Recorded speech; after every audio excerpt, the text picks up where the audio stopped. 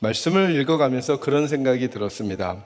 우리 모두가 다 이것을 10가지 재앙이라고 표현을 합니다. 저는 10번의 재앙이라는 표현을 써드렸죠. 근데 갑자기 말씀을 묵상하면서 이런 생각이 들었습니다. 바로가 하도 말을 듣지 않으니까 하나님께서 10번의 재앙을 그에게 내림으로 그가 하나님 앞에 항복할 수 없도록 만들어버리신 사건처럼 보이는데, 이렇게 보면 어떨까라는 생각이 들었습니다. 이 10번의 재앙이 재앙이었었는가 아니면 기회였었는가?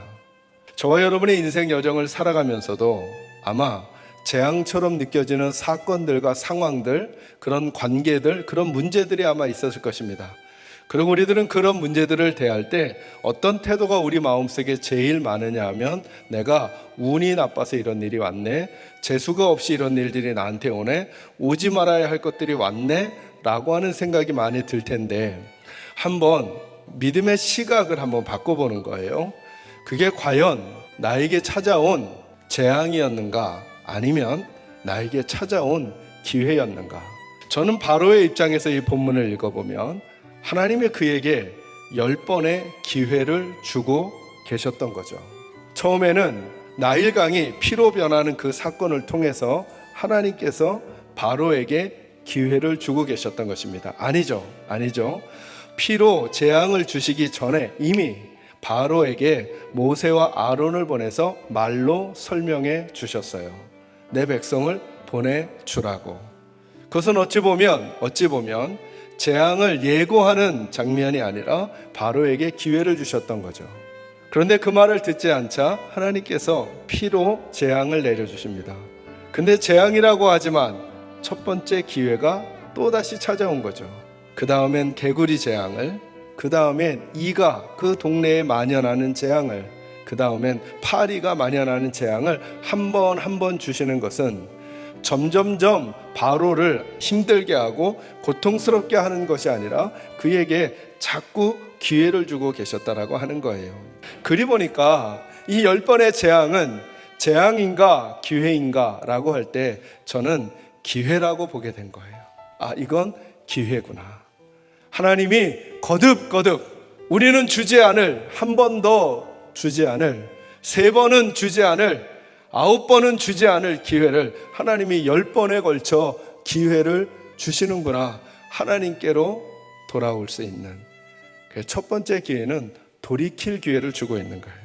두 번째 말씀은 이거예요. 이제 드디어 말로 해서 안 들으니까 하나님께서 바로에게 재앙을 내리시는데 나일강이 피로 변하는 걸 재앙으로 내리시는 거예요. 여러분, 이 10번의 재앙은 기회인 거예요. 어떤 기회냐 하면 하나님이 하나님이심을 드러내는 기회인 거예요. 사랑하는 성도 여러분, 저와 여러분이 경험하는 고난과 역경이 있을 수 있어요. 근데 그것을 고난과 역경으로만 보면 보이지 않는 또 다른 장면이 있어요. 그 고난과 역경은 하나님이 저와 여러분에게 기회를 주시는 거예요. 마치 바로에게 말씀하시듯이, 바로야, 너희들의 모든 삶은 사실은 내가 통제하고 있었던 거야. 너희들의 나일강 신이 아니라, 너희들의 개구리 신이 아니라, 너희들의 파리 신이 아니라, 너희들의 태양 신이 아니라, 그건 내가 통제하던 거야 를 선언하시듯이, 저와 여러분이 인생을 살다가 부닥치게 되는 고난과 역경은 우리에게 하나님이 이렇게 말씀하시는 기회일 수 있다는 거예요. 네 생각대로 네 인생 다 될 것 같지만, 네 건강 가지고 네가 다 살 수 있을 것 같지만 그렇지 않아. 너의 인생은 내 손 안에 있는 거야 를 말씀하시고 거기 항복하기를 원하시는 하나님이 말씀하시는 기회일 수 있다는 거예요. 저와 여러분에게 이것을 볼 수 있는 은혜가 있기를 주의 이름으로 축원합니다. 마지막 세 번째, 여러분 가끔 이런 생각 드실 때 있죠. 주일날이나 아니면 다른 설교 들을 때 설교를 들으면서 그 설교에 내가 은혜가 되는 게 아니라 이거 저 사람 꼭 들어야 되는데, 웃으시는 분은 이 느낌 아는 거예요. 그죠? 이거 우리 남편 꼭 들어야 되는데, 그런데 그 인간은 와 있어요? 안 와 있어요? 안 와 있는데 나만 들어들. 그런데 아니라는 거예요. 우리가 들어야 한다는 거예요. 우리가.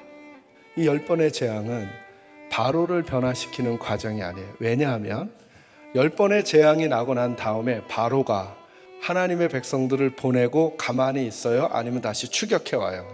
다시 추격해 오죠. 바로는 변하지 않았어요. 하나님은 누구를 변화시키고 싶었냐 하면 끝까지 버팅기면서 내가 힘이 없어서 어쩔 수 없이 내가 하나님의 말씀에 따라가는 거야.